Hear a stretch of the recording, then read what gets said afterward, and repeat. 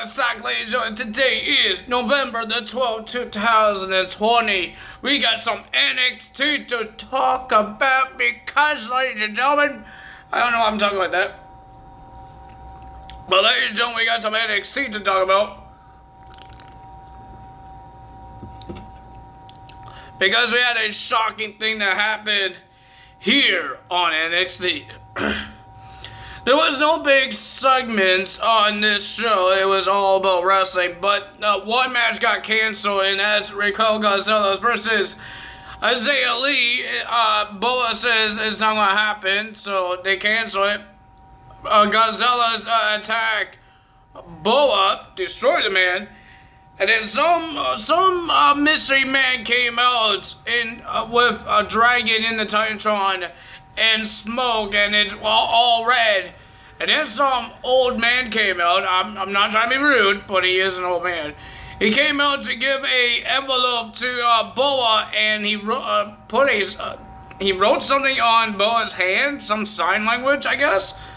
I don't know what it is. He put something on his hand. So that I want to know what the heck that means.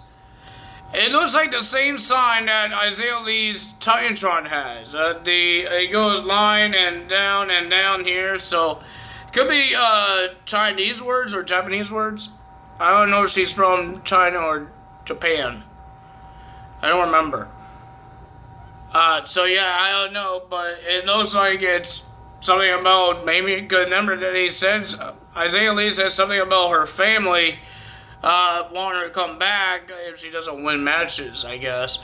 And Boa is not letting Isaiah Lee to win matches. He canceled a match. So, let's see what happens then. We have 3 championships on the line last night, and ladies and gentlemen, first match and the first championship was the North American Championship. We had Johnny Gargano have an open challenge. He spun his own wheel, because now he loves wheels, because the wheel Halloween Havoc helped him to win the North American title. Now he wants to stop the curse. Just like Sasha Banks, every time they defend the title, they win the title, but they can't defend it on the first defense. They lose it.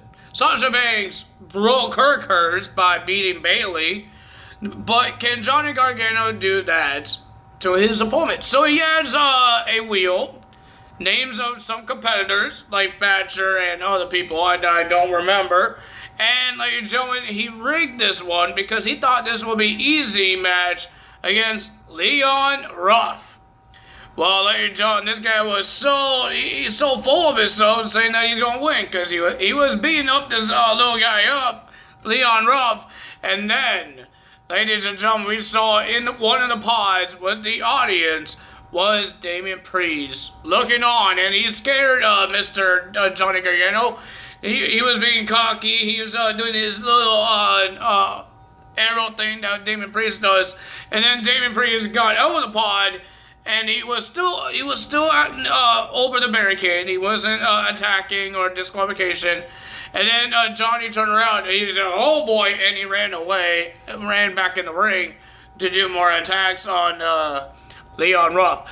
But ladies and gentlemen, Leon Ruff with the roll-up, 1, 2, 3, we got a new NXT North American champion. Leon Ruff is the new champion. Wow. I don't know anything about this kid, but ladies and gentlemen, he is the new champion. That's the biggest upset victory because, yeah, I think it was like a jobber in 205 Live. He loses to a lot of guys, and then he beats Johnny and becomes the North American champion. My goodness. And then we're in the backstage. Mackenzie, the interviewer, trying to get some words from the new champion. The champion couldn't fit around this guy's waist. Like, Damian Priest trying to put this thing around his waist, and then it drop. It's like pants. If you got no belt for your pants, it just drops. That's what the championship did. And he says, "Don't worry, I will fix it. And then he had fun, I guess. And then, ladies and gentlemen, Damian Priest says, "Congrats to winning the match, but you know, little Johnny is going to come out and try to beat your butt." and he says, "How about you do this? My Challenger, my car is outside." He gives him the car keys. You just run off. And that's what he did. And Johnny got upset. He was mad, telling William Regal to do his job, telling Damian Priest this is his fault because he got distracted. Well, don't be cocky, man. Don't be that. I don't know if I'm allowed to say that. But ladies and gentlemen, don't do that. You thought you were Mr. Tough Guy. But, ladies and gentlemen, it stands. The decision, it stands. We have a new NXT North American champion. Because Mr. Johnny Gargano tried to do it calmly, went to the office of William Regal and says he should reverse the decision because he rigged the wheel, but it was Johnny's idea to make the match happen, use the wheel, even rig the wheel, and think you're so tough.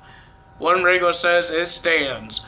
The decision stands. We still have Leon Ruff as our champion. That was big. I think it's pretty decent. But ladies and gentlemen, then we had our second championship, the Cruiserweight title. Jake Atlas was the challenger versus the champion Santos Escobar. And it was a pretty decent match, not bad, but the winner of that match was Santos, but Jake Atlas tried to take out Bolt Wild and Medusa with the pipe, the lead pipe he did on last week onto Raul Medusa, and then earlier last night, he did it to Wild, but ladies and gentlemen, it still didn't help it, but the winner of that match was Santos. Jake Atlas almost won the title. Almost. Then we had Candice LeRae versus Toni Storm. Pretty decent match, very good. But the winner of that match was Candice LeRae with the help of the ropes. She put her feet on the ropes to make sure Toni Storm can't kick out. I don't know what I just did there, but yep, she couldn't kick out. She got the win, and then they were still Toni Storm attacked Candice because she's upset because she got cheated. And then here comes the scream face, the person under the mask. She came out, it is a she, because why would it be a guy? She came out to attack Toni Storm. Here comes Shotzi Blackheart coming out to attack Candice in the Scream face. And then Scream came out and did a big boot onto Shotzi Blackheart. And then we finally got the reveal of who is under the mask. We already know who it is. I know who it was. She the one bought the TV for the Garganos. Oh, goodness gracious. It wasn't a surprise. It wasn't a surprise. Why you need a mask if it's not a surprise? It's like watching Tully Blanchard wear a mask. Well, we already know who it was because he really didn't do much. He can't hit him hard enough. But, ladies and gentlemen, it was Indy Hartwell. So surprised. No, I'm not surprised because she wants to be part of the Gargano way. And you already know she's going to work for them because she'd done it before. She helped Candice try to win the match. She gave her brass knuckles before. Remember that? She slid into the barricade's cage to give her like a brass knuckles. And she has to wear a scream mask oh my goodness.